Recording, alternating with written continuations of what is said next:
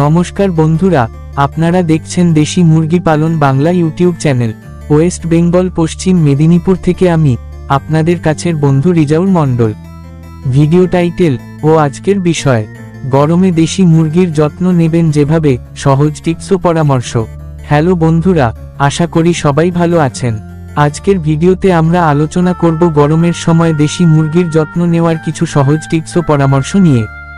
গরমের সময় মুরগির স্বাস্থ্য ও উৎপাদন ক্ষমতা বজায় রাখা খুবই গুরুত্বপূর্ণ। চলুন দেখে নেওয়া যাক কিভাবে আপনি আপনার মুরগিগুলোকে সুস্থ ও সুরক্ষিত রাখতে পারেন। 1. পর্যাপ্ত পানি সরবরাহ। গরমের সময় মুরগির শরীরে পানির চাহিদা অনেক বেড়ে যায়, তাই সব সময় পরিষ্কার ও ঠান্ডা পানি সরবরাহ করতে হবে। দিনে কয়েকবার পানি পরিবর্তন করুন এবং পাত্রটি ছায়ায় রাখুন যাতে পানি গরম না হয়ে যায়। পানিতে ভিটামিন ও ইলেকট্রোলাইট মিশিয়ে দিলে মুরগির পানিশূন্যতা রোধ করা যায়। 2. ছায়াযুক্ত ও ঠান্ডা পরিবেশ। মুরগির ঘর বা খামার যেন ছায়াযুক্ত এবং বাতাস চলাচল করে এমন স্থানে থাকে সেদিকে খেয়াল রাখুন। ঘরের চালে বা আশেপাশে ছায়া দেওয়ার জন্য খড়, চাটাই, বাঁশের নেট ব্যবহার করতে পারেন। গরমের সময় মুরগির ঘরের তাপমাত্রা যেন 35 ডিগ্রি সেলসিয়াসের বেশি না হয় সেদিকে লক্ষ্য রাখুন। 3. সঠিক খাদ্য ব্যবস্থাপনা। গরমের সময় মুরগির খাদ্যাভ্যাসে কিছু পরিবর্তন আনতে হবে।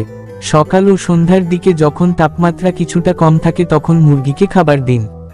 খাবারে প্রোটিন, ভিটামিন ও মিনারেলের পরিমাণ ঠিক রাখুন। সবুজ শাকসবজি ও ভিটামিন সি সমৃদ্ধ খাবার মুরগির রোগ প্রতিরোধ ক্ষমতা বাড়াতে সাহায্য করবে। 4. পরিষ্কার পরিচ্ছন্নতা।